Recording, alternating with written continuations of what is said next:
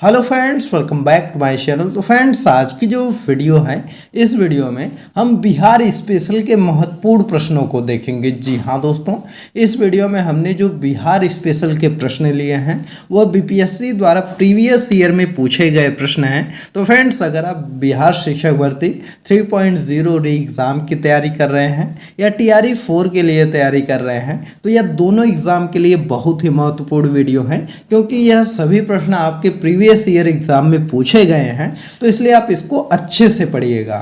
चलिए दोस्तों, पहले क्वेश्चन को देखते हैं। अगर हम पहले प्रश्न की बात करें तो पहला प्रश्न है कि कब बिहार पहली बार ब्रिटिश शासित भारत के तहत बंगाल प्रेसिडेंसी से अलग हुआ। तो वह कब जो है कि बिहार ब्रिटिश शासित भारत के तहत जो है वह बंगाल प्रेसिडेंसी से अलग हुआ। तो वह हुआ था 1912 ईस्वी में। जी हाँ दोस्तों, 1912 ईस्वी में इसको अलग किया गया था। तो इसको याद रखिएगा। चलिए अगला प्रश्न देखते हैं। अगले प्रश्न की बात करें तो अगला प्रश्न है कि भारतीय कला में स्तूप, चैत्य और विहार का निर्माण निम्नलिखित में से किससे संबंधित है। तो भारतीय कला में अगर हम बात करें स्तूप, चैत्य और विहार का जो निर्माण है वह आपका जो संबंधित है वह आपका बौद्ध धर्म से है। जी हाँ दोस्तों, इसका जो डी वाला ऑप्शन है वह आपका सही हो जाएगा, बौद्ध धर्म से संबंधित है। तो इसको याद रखिएगा। चलिए अगला प्रश्न देखते हैं। अगले प्रश्न की बात करें तो अगला प्रश्न है कि किस वर्ष उड़ीसा को बिहार से पृथक किया गया। तो देखिए, अगर हम बात करें उड़ीसा को जो बिहार से पृथक किया गया था, यह आपका किया गया था 1936 ईस्वी में। जी हाँ दोस्तों, 1936 ईस्वी में जो है वह उड़ीसा को अलग कर दिया गया था बिहार से।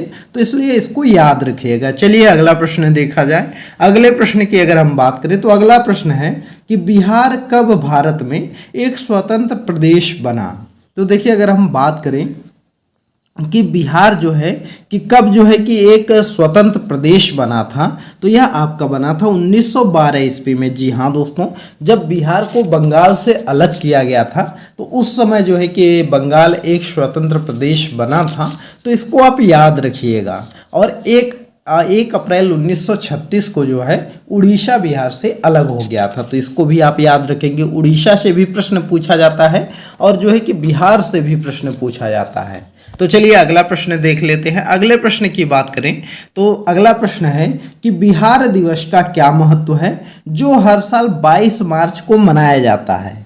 तो देखिए, अगर हम बात करें बिहार दिवस का जो कि हर साल 22 मार्च को क्यों मनाया जाता है, तो इसलिए मनाया जाता है क्योंकि 1912 ईस्वी में बिहार के बंगाल प्रेसिडेंसी से अलग होने के याद में जो है वो 22 मार्च को बिहार दिवस के रूप में मनाया जाता है। तो 1912 में बिहार अलग हुआ था बंगाल से, तो उसी को याद करके जो है कि बिहार दिवस मनाते हैं। तो इसको आप याद रखिएगा। चलिए अगला प्रश्न देखते हैं। दोस्तों, आपको वीडियो कैसी लग रही है आप हमें कमेंट में जरूर बताइए। और आप लोग चैनल पर नए हैं तो चैनल को जरूर सब्सक्राइब कर लीजिए। और सबसे ज़रूरी चीज़ कि आप हमको टेलीग्राम पर जरूर फॉलो कर लीजिए। टेलीग्राम चैनल का लिंक इस वीडियो के डिस्क्रिप्शन में दिया गया है, क्योंकि जो टेलीग्राम है उस पर PDF वगैरह भी दिया जाता है और साथ ही में जो है कि कोई सूचना रहती है तो वह भी बताया जाता है। और जब भी वीडियो अपलोड की जाती है तो उसका लिंक वगैरह भी दिया जाता है। तो इसलिए हमको वहाँ पर फॉलो जरूर करिएगा। और दोस्तों, चैनल को तो आप जरूर सब्सक्राइब करके रखिए,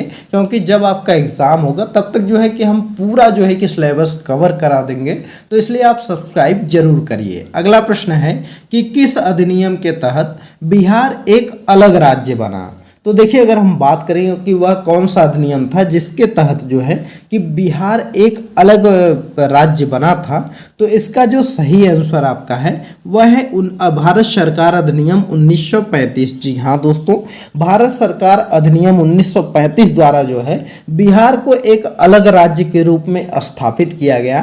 तो इसको आप याद रखिएगा। चलिए अगला प्रश्न देखते हैं। अगला प्रश्न है कि बंगाल और बिहार में भूमि पर किराएदारों के अधिकार को बंगाल किराएदारी अधिनियम द्वारा कब स्वीकार किया गया। तो देखिए, बंगाल और बिहार में भूमि पर किराएदारों के अधिकार को जो है बंगाल किराएदारी अधिनियम द्वारा जो स्वीकार किया गया था, यह आपका किया गया था 1885 ईस्वी में। जी हाँ दोस्तों, 1885 ईस्वी में इसको किया गया था, तो इसको याद रखिएगा। अगला प्रश्न आपका है कि बिहार विधान परिषद की पहली बैठक किस वर्ष बुलाई गई थी। तो बिहार विधान परिषद की जो पहली बैठक है यह आपकी बुलाई गई थी 1913 ईस्वी में। 1912 ईस्वी में बिहार अलग हुआ था और 1913 ईस्वी में जो है कि बिहार विधान परिषद की पहली बैठक बुलाई गई थी, तो इसको याद रखेंगे। अगला प्रश्न देखते हैं। अगला प्रश्न है कि बिहार के प्रथम भारतीय गवर्नर कौन थे।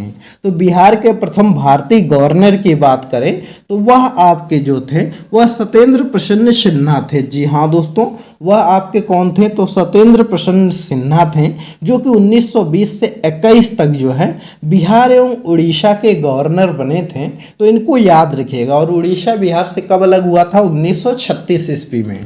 तो इस चीज को भी आप याद रखिएगा। अगला प्रश्न है कि 1908 ईस्वी में छोटा नागपुर कास्त अधिनियम ने रोक लगाई। तो 1908 ईस्वी में जो छोटा नागपुर कास्त अधिनियम ने रोक लगाई थी, यह किस पर रोक लगाई थी, तो वह बेट बेगारों पर रोक लगाई थी। तो इसको आप याद रखिएगा। किस पर लगाया गया था, तो बेट बेगारों या बालात श्रम, इसको बेट बेगारी बोलते हैं, या जिसको बालात श्रम मतलब जो बच्चों से काम करवाया जाता है उसको जो है कि बोला जाता है बेट बेगारों। तो इसको आप याद रखिएगा। चलिए अगला प्रश्न देखा जाए। अगला प्रश्न है कि छोटा नागपुर काश्तकारी कानून कब पारित हुआ। जो छोटा नागपुर काश्तकारी कानून जो है यह आपका जो पारित हुआ था यह 1908 ईस्वी में पारित हुआ था। जी हाँ दोस्तों, कब पारित हुआ था, 1908 ईस्वी में इसको पारित किया गया था। अगला प्रश्न है कि बिहार में पंचायत निकायों में महिलाओं को 50% आरक्षण प्रदान किस वर्ष प्रदान किया गया। तो बिहार में पंचायत निकायों में जो है वह महिलाओं को 50% आरक्षण जो प्रदान किया गया था यह 2006 ईस्वी में किया गया था। जी हाँ दोस्तों, कब किया गया था, तो 2006 ईस्वी में इसको किया गया था। इसको याद रखिएगा। अगला प्रश्न है कि बिहार विधानसभा में अनुसूचित जाति के उम्मीदवारों के लिए कितनी सीटें आरक्षित हैं। तो बिहार विधानसभा में अनुसूचित जाति के उम्मीदवारों के लिए जो सीटें आरक्षित हैं वह आपकी कितनी हैं। तो अगर हम इसमें बात करें तो वह आपकी जो सीटें हैं वह कुल सीटें आपकी हैं 38। जी हाँ दोस्तों, 38 सीट जो है कि अनुसूचित जाति के लिए है और 2 सीटें अनुसूचित जनजाति के लिए है और 203 सीटें जो हैं वह सामान्य के लिए है। तो टोटल जो है कि 243 सीटें हैं और उसमें से 203 सामान्य हो गई, 38 अनुसूचित के लिए हो गई और 2 सीटें अनुसूचित जनजाति के लिए हो गई। तो इस चीज़ को याद रखिएगा। अगला प्रश्न आपका है कि मूल रूप से बिहार शब्द का अर्थ है। तो अगर हम बात करें मूल रूप से बिहार शब्द का क्या अर्थ है, तो वह है आपका बौद्ध मठ। जी हाँ दोस्तों, बिहार शब्द का अर्थ है बौद्ध मठ। तो इसको आप याद रखिएगा। अगला प्रश्न देखते हैं। अगला प्रश्न है कि 1866-67 के नील खेतिहारों के बिहार में हुए विद्रोह के क्षेत्र की पहचान करिए। तो देखिए 1866-67 में जो नील खेतिहारों का विद्रोह हुआ था वह आपका हुआ था दरभंगा और चंपारण में। जी हाँ दोस्तों, कहाँ पर हुआ था, दरभंगा और चंपारण में हुआ था। तो इसको याद रखेंगे। अगला प्रश्न है कि राजकुमार शुक्ल किस गांव के निवासी थे।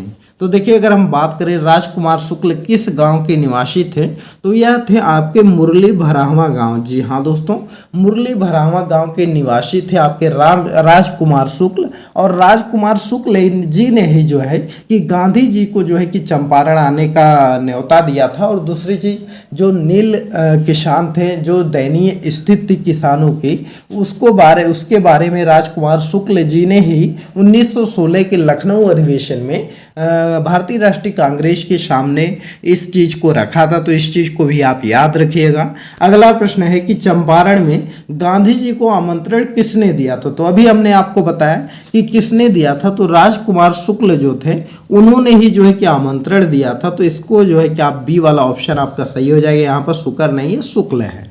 तो इस चीज़ को याद रखेंगे। अगला प्रश्न देखते हैं। अगला प्रश्न है कि किसने दुखी आत्मा दुखी हृदय जैसे सम्मानों के तहत लिखकर चंपारण के किसानों की दुर्दशा पर प्रकाश डाला था।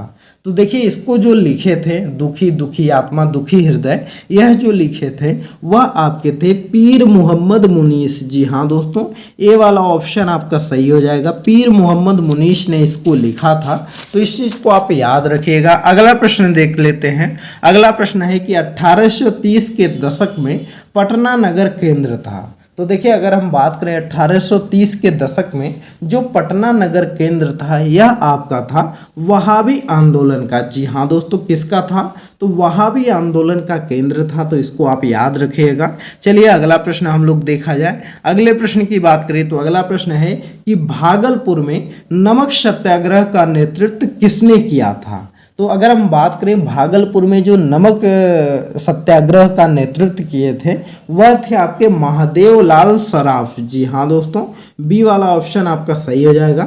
महादेव लाल सराफ ने नेतृत्व किया था और इनके साथ में दीप नारायण सिंह थे, रामेश्वर नारायण थे और जो है कि रामेश्वर नारायण अग्रवाल थे, कैलाश विहारी थे।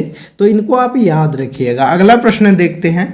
अगला प्रश्न आपका है कि निम्नलिखित में से किस नगर में सूर्य मंदिर स्थित है? तो देखिए अगर हम बात करें सूर्य मंदिर स्थित है जो वह आपका स्थित है देव में। जी हाँ दोस्तों, कहाँ पर सूर्य मंदिर स्थित है? तो देव में आपका सूर्य मंदिर स्थित है। तो इसको आप याद रखिएगा। अगला प्रश्न देख लेते हैं। अगला प्रश्न अगर आप बात करें तो 1930 और 32 में बरही कांग्रेस ने सफलतापूर्वक अंग्रेजी हुकूमत को किस जिले से नाकाम कर दिया था? तो देखिए 1930 और 32 में बरही कांग्रेस ने जो है सफलतापूर्वक जो अंग्रेजी हुकूमत को नाकाम किया था वह आपका किया था मुंगेर से। जी हाँ दोस्तों, डी वाला ऑप्शन आपका सही हो जाएगा। मुंगेर से जो है कि किसानों को वहां से भगा दिया था। तो इसको आप याद रखेंगे। अगला प्रश्न है कि इनमें से किसने बिहार में पहले कांग्रेस मंत्री सभा का नेतृत्व किया? तो देखिए अगर हम बात करें कि पहले कांग्रेस मंत्री सभा का जो नेतृत्व किए थे वह आपके थे श्री कृष्ण सिंह। जी हाँ दोस्तों, श्री कृष्ण सिन्हा थे। इन्होंने ही जो है कि पहले कांग्रेस मंत्री सभा का नेतृत्व किया था। तो इनको आप याद रखिएगा। चलिए दोस्तों अगला प्रश्न हम देखते हैं। यहाँ पर सिंह है, सिन्हा लिखा है, तो यह थोड़ा सा मिस्टेक है। अगला प्रश्न देखते हैं। अगला प्रश्न आपका है कि बिहार के प्रथम मुख्यमंत्री कौन थे? जी हाँ दोस्तों, यह पूछा गया है कि बिहार के प्रथम मुख्यमंत्री कौन थे। तो बिहार के जो प्रथम मुख्यमंत्री थे यह आपके श्री कृष्ण सिंह जी हैं। जी हाँ दोस्तों, कौन थे?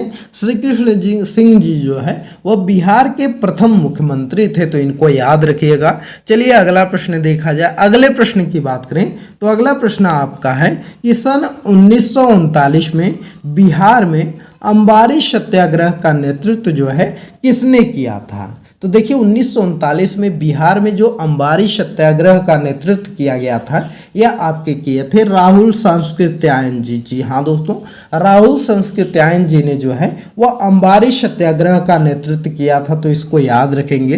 तो फ्रेंड्स यह थे आज के टॉप 25 क्वेश्चन जो कि एग्जाम ओरिएंटेड आपके क्वेश्चंस थे और यह सभी क्वेश्चंस बीपीएससी द्वारा प्रीवियस ईयर में पूछे गए प्रश्न हैं। तो इसलिए आप इसको अच्छे से पढ़ लीजिएगा क्योंकि यह सभी प्रश्न आपके एग्जाम में आए हुए हैं और आपके एग्जाम में आने के चांसेस हैं। क्योंकि आप जानते हैं कि जो पीपीएससी है वह प्रीवियस ईयर क्वेश्चन को रिपीट करता है। तो इसलिए आप इसको अच्छे से पढ़िएगा और इसका पीडीएफ वगैरह के लिए आप हमको टेलीग्राम चैनल पर फॉलो कर सकते हैं।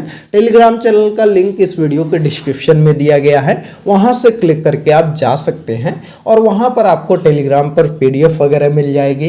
कोई भी वीडियो अपलोड होती है तो उसका लिंक आपको मिल जाएगा या कोई भी सूचना रहती है तो वहां पर शेयर कर दी जाती है। तो इसलिए आप वहां पर हमको जरूर फॉलो कर लीजिएगा।